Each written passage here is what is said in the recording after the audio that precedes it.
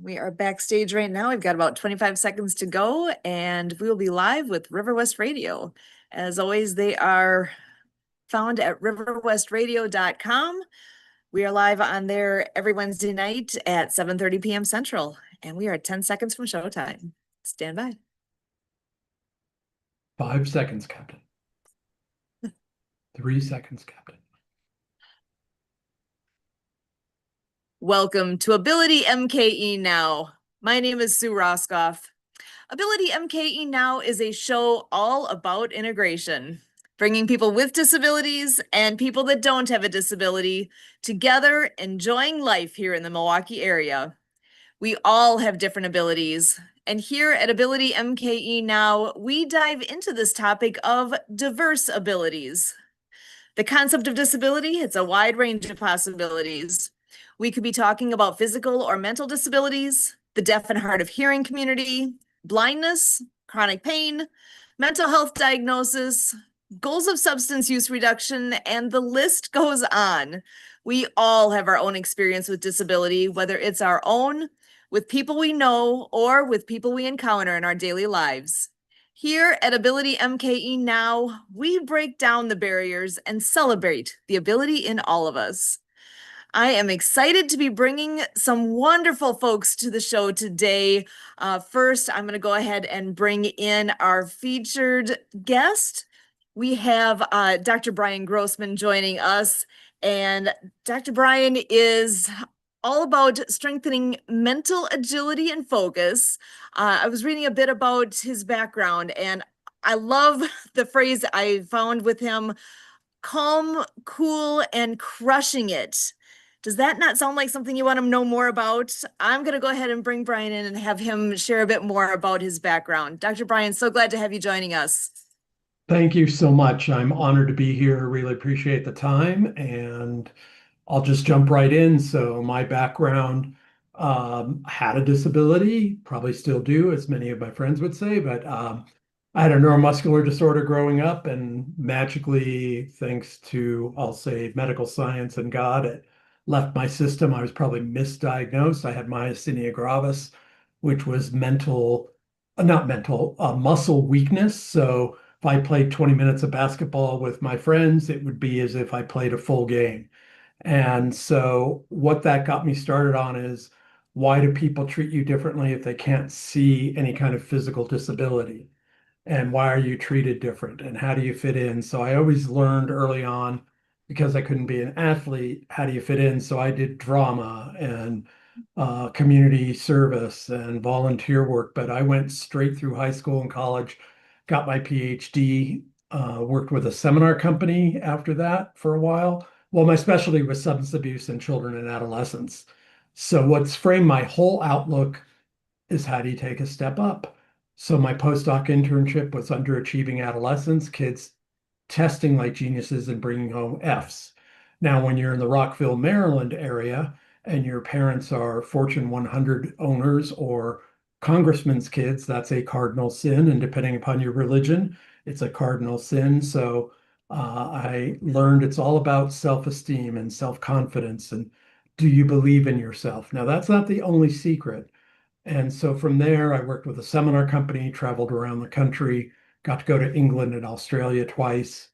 And through that whole journey, what really refined it, working at 3 different maximum security prisons as a therapist, not as a guest of the house. And it taught me how to communicate well. So when we talk about mental agility, how can you be flexible in tough situations and day to day? Because you can't stop the curveballs coming at you, but you're at the scene of the crime every time. You can adjust. And my dad was from Brooklyn, New York, had a big mouth. I inherited that. And there's only 2 or 3 times you can come home. And we used to have these things that you got delivered to your house by the front door in the morning, and you unfolded them, the classifieds. And the third time I was looking for work, my dad said, "You get fired one more time, you're going to have to find another place to live. And until you're signing the payroll checks, don't complain about anything." And that kind of taught me a lot. And so my big mantra, my philosophy, I believe it to my core, is When you can control your emotions, your whole life gets better. And tonight, I want to share with you really quick. I call it the 3 second rule, but takes a little more than 3 seconds, but it is scientifically proven to help keep you calm in the moment and help you make decisions that are not based on vulnerability, anxiety, victim role, controlling, hypervigilance, being a pleaser. The decision you make will be based on curiosity, empathy, innovation, and taking action just by having calm peace of mind and asking three questions. So that was a mouthful.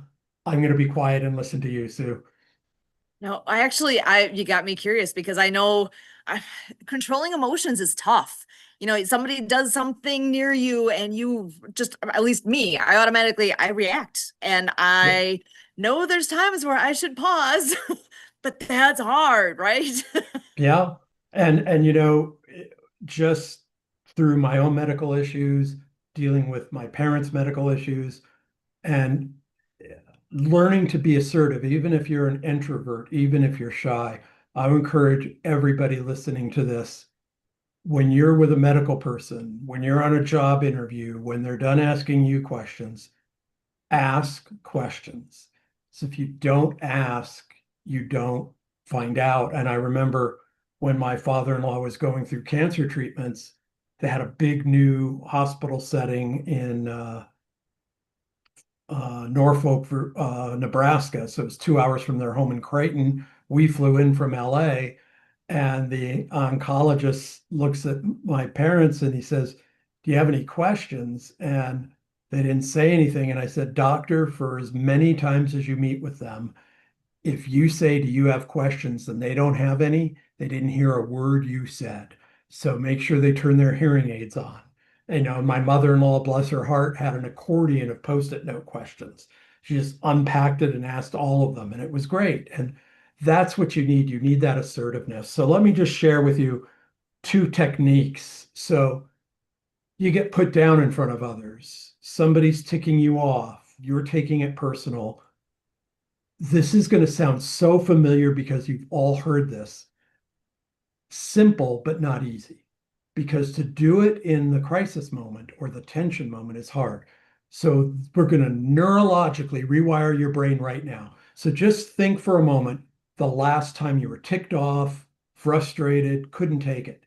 I want you to close your mouth and breathe in through your nose, hold it, and breathe out. It's 2, 3, 4. So you're going to breathe in 2, hold it, breathe out your nose, not your mouth.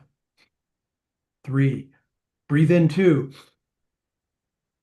breathe out your mouth now. 3, one more time, breathe in through your nose, breathe out your mouth. Now, what you just did, if you put your finger at the back of your head, down your neck, right where that indentation is, and you go through, that's your amygdala. We call that the old brain, but it is the control center of reaction. You just rewired it because it gets hot and fires like that when you get ticked off, bothered, and frustrated. So when you do that breath 3 times really quick, and then ask, what's actually happening here? Was that personal? Did they mean it? Do I have to care? Was it my boss and I should ask for a meeting later? What's actually happening? And then, what outcome do I want? Do I need resolution right now? Should I ask some questions? Should I say something now? And then, because you're now calm, what would your wisest self do? And that's called sage thinking. And sage response is innovate, activate, empathy, curiosity, take action. And so when you do that breathing, and I know so many people listening, so many people who may be watching, you you think, oh, that breathe. No, that breathing literally resets your neurons. You're rewiring your focus. And when you do that every day, 4 times a day, whether you're in crisis or not, for 30 days, you've now created a new habit under pressure.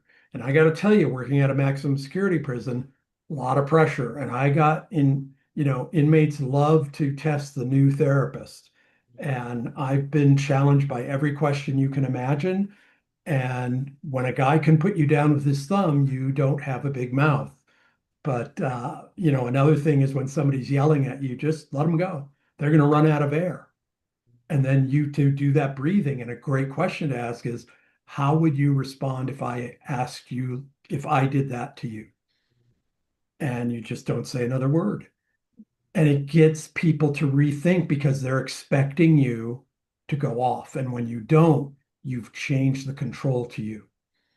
So breathe in through your nose, breathe out through your mouth, to count of four, breathe in two through your nose, out four through your mouth, in two through your nose, out four through your mouth, and then ask, what's actually happening?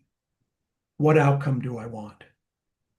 What would my wisest self do? And you will be surprised under a little bit of calmness. You're not going to be perfectly calm, but you're not going to be on your last nerve ending, how you will be able to ask the right questions to resolve the issue. So I'll turn it back to you, Sue. Thank you.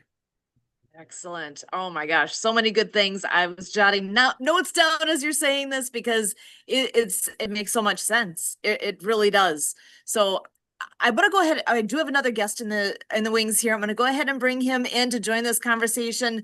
But Please. first, let's get an introduction here to Dr. Philip Mach. I am so happy to have you joining us tonight as well. And I know with your website being livefunctionally.com, I'm very curious. First of all, if you want to give us an introduction to you and what it is that you all do, I'm curious to then what insights you may have and questions you guys may have for each other. Welcome. Thank you very much, Sue, and thank you, Brian. That was really inspiring. And I do have some questions, but so I started as a traditional physician, and I practiced medicine for over 20 years and treated thousands of patients. And they kept coming back with the same thing over and over again. They weren't quite getting better. And I also had some personal health challenges and personal disabilities. I had ADHD. I was diagnosed with bipolar depression, and I had irritable bowel syndrome. And, I was, the life of a physician is quite stressful. And, you're not eating well, you're not sleeping well. Your relationships suffer because you're working all the time, you're always on call. And it's really took a toll on my life. And the medications that I was taking were not helping, and the side effects were amazing and horrible. And I couldn't function. And therefore, I wasn't able to practice medicine. And I actually had to stop practicing medicine. And so I basically went through an exploration phase, and I said, gee, I mean, so many doctors and so many patients really are coming in the same issues. They have lack of energy. They are, not functioning well. They're stressed. And, why is that? And, what's really the underlying cause, or what's really going on? And it took me a while, but I actually was able to look into holistic and alternative measures. And so I discovered functional medicine, and which looks at root cause resolution. And therefore I was able to heal myself. Predominantly what I focus on now is the gut brain connection, the gut brain habit connection. And by healing my gut brain connection, which relies on the vagus nerve and other communication, because our gut, there's a second brain in the gut, and the gut is actually responsible for hormone production, and also, our things like serotonin and dopamine, and also our immune system, and it houses the microbes, the microbiome. And we're more microbial than we are human. We have more microbes in our system, and they control pretty much everything. And a lot of it comes down to the food that we ingest.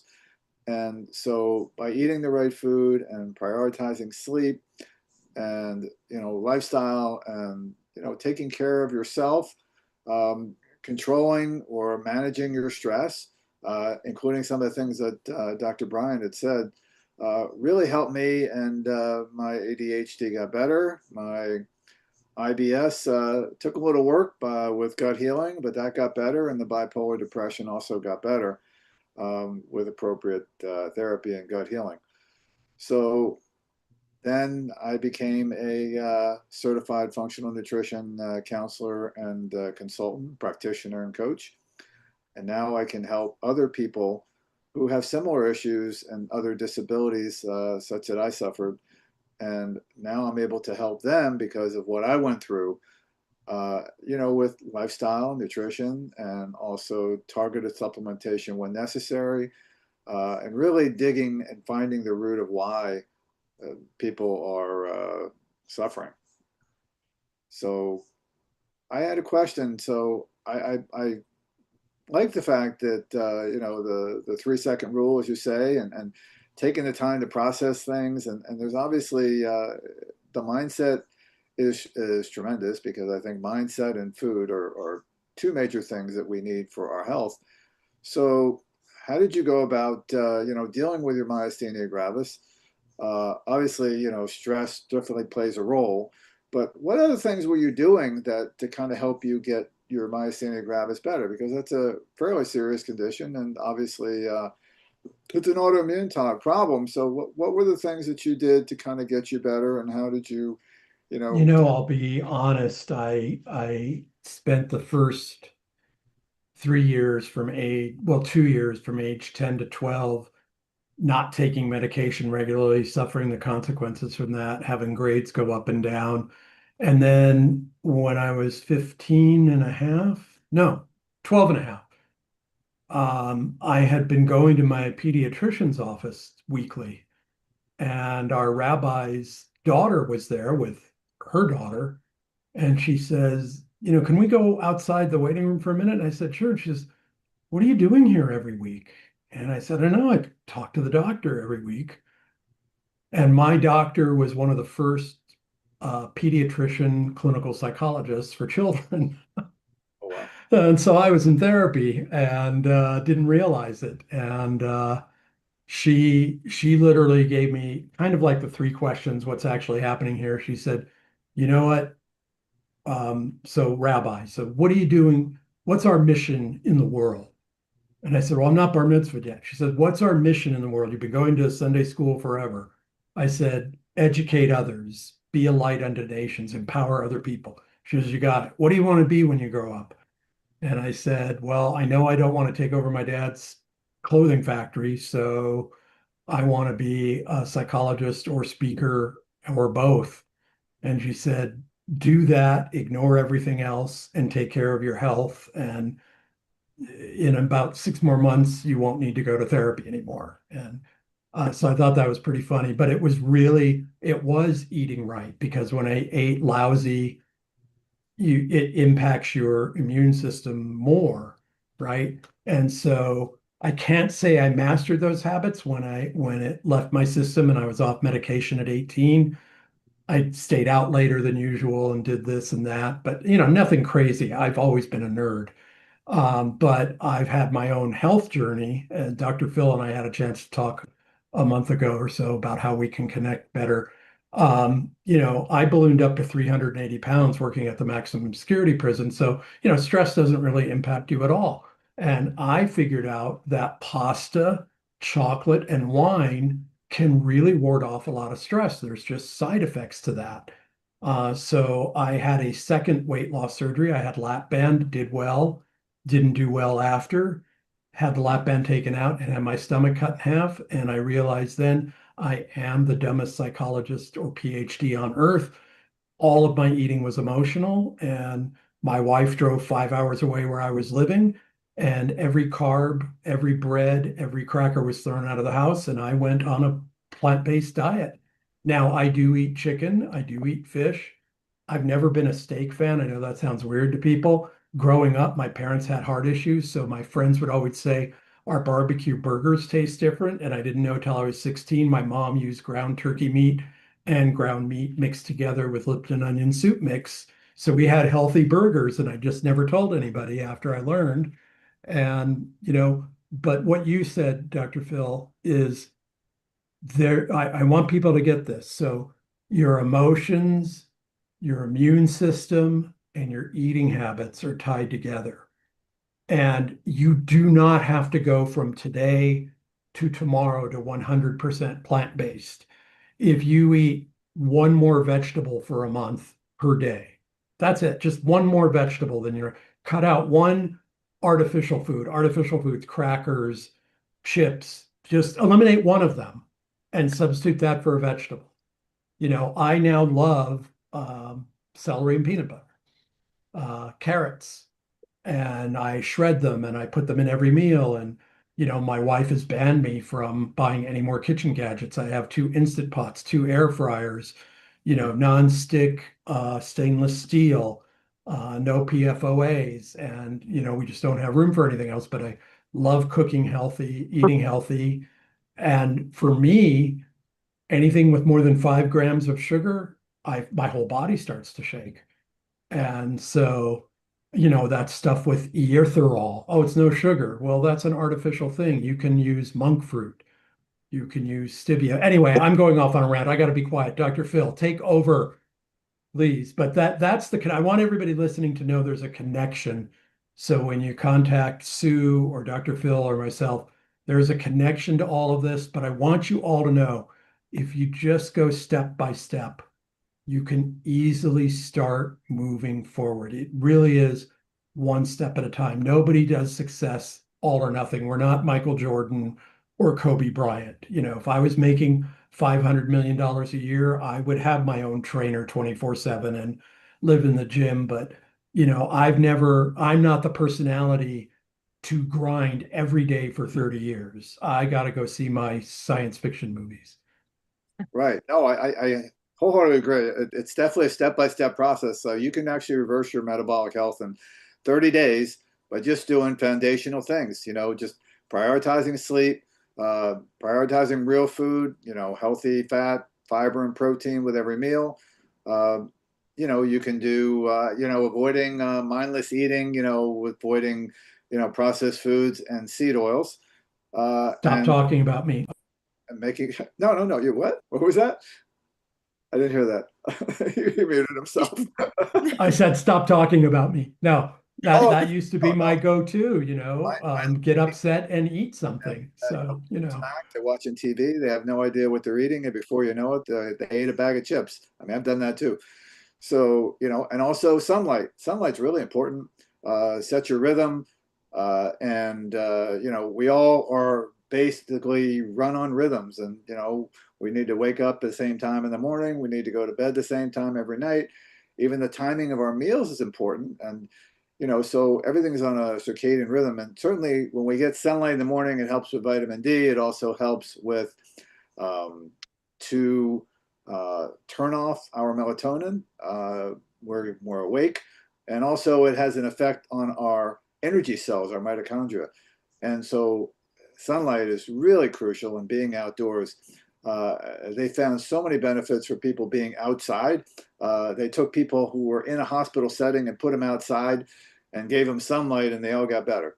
And so that's kind of like, really brilliant, simple thing to do. And also, the other thing is to not to say yes to everything. I think that, we tend to want to do everything that we can. I think we need to take a step back and we need to kind of just prioritize what we need to do. We need to set our intentions in the morning. And by that, I mean, not going to your email and scrolling the first thing you get up in the morning. You want to look at, take care of yourself, do some breathing and some meditations. And also, journaling is wonderful. It really kind of just is very grounding. And then, you want to somehow throughout the day, you want to take breaks and you want to do, be grateful and, do some deep breathing work throughout the day. You conserve your energy, etc. So, but there are simple things that you can do and you can essentially reverse your health in a period of 30 days or less. It's been done with myself and with others. Before we run out of time, Phil, you just cued and I'm sorry, Sue, did you want to jump in or? I just wanted to make sure Larry has a chance to say hello here as well. Larry Pender is Sure. joining us today as well. If you want to just take a quick moment and remind everybody who you are, Larry. Well, if you haven't heard yet, my name is Larry Pender, and I'm on the west coast of the United States over in Camarillo, where the sun always shines and the taxes are high. But what these two gentlemen, Dr. Brian and Dr. Phil, have been talking about is absolutely true. If I would have told my 25-year-old self I was going to be drinking a green thing every morning and not eating a bag of chips and or a bucket, who eats a bowl of ice cream? You got to eat a bucket. Got to finish the whole thing. I'm now 58 years old, and my mental clarity is 3 times what it was when I was 30. I mean, I thought when my kids were young, they played sports. My daughter did soccer and fast pitch softball, and my son did Boy Scouts. And you think that's a healthy environment. Yet every event, what do you do afterwards? Pizza and cupcakes. It's like, holy smokes, guys. What are we focused on here?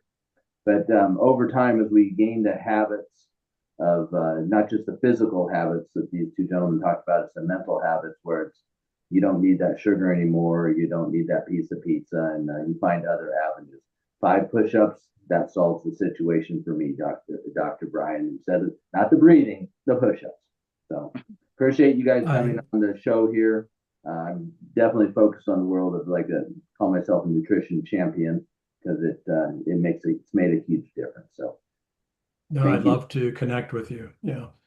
I've connected with both of you on your LinkedIn pages, so accept that friendship and we'll chat because we do there's some products that I do use and promote, and I've been working with Sue and Kurt to promote those products too, and there's some absolutely powerful products, and because we're on the radio, we'll just leave it at that there's some of the great nutritional products out there on the market.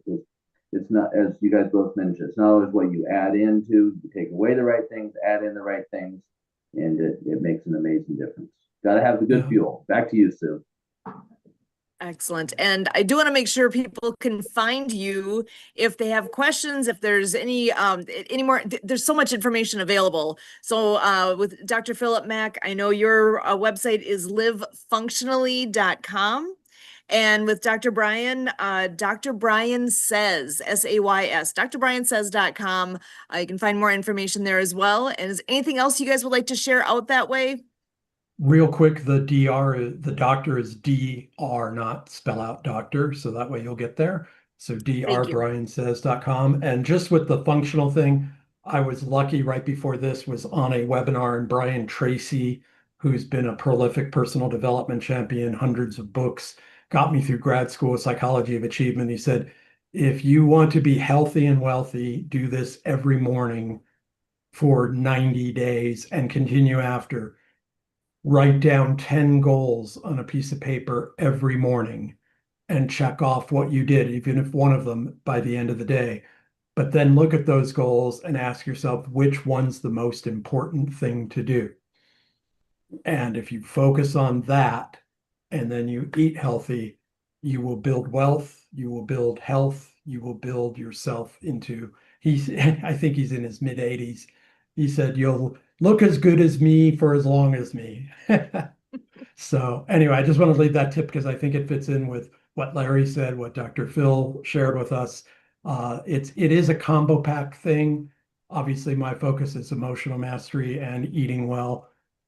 Dr. Phil can help you with that, but we're going to connect with Larry. And I can't thank you enough, Sue, for your time and letting us be a guest, or letting me be a guest. I just wanted to add that, the body is not broken, it's adaptive. And if you do the right things, it's going to get better. I also want to quote Jim Quick, say that if you fight for your limits, you get to keep them. So I think that that's important to realize that we need to believe in what we do. And when we talk, our mind is eavesdropping. So therefore, watch what we say. You are so right. Wow. And one of the things I found also with in these environments is when you do start a program, give yourself the time to succeed. A lot of times we're in that lottery mentality that, hey, I ate one vitamin, now I'm ready to go. It's lifestyle changes that these gentlemen are talking about, and we as individuals have to let them happen in ourselves. Very important. Excellent. Well, cannot thank you all enough. Again, Dr. Brian Grossman, Dr. Philip Mach, and Larry Pender joining us here with AbilityMKE Now. So happy to have you guys joining us. And I sure hope I can get you guys back again. I feel like there's so much more we can still be talking about. As always, for all of us here with Ability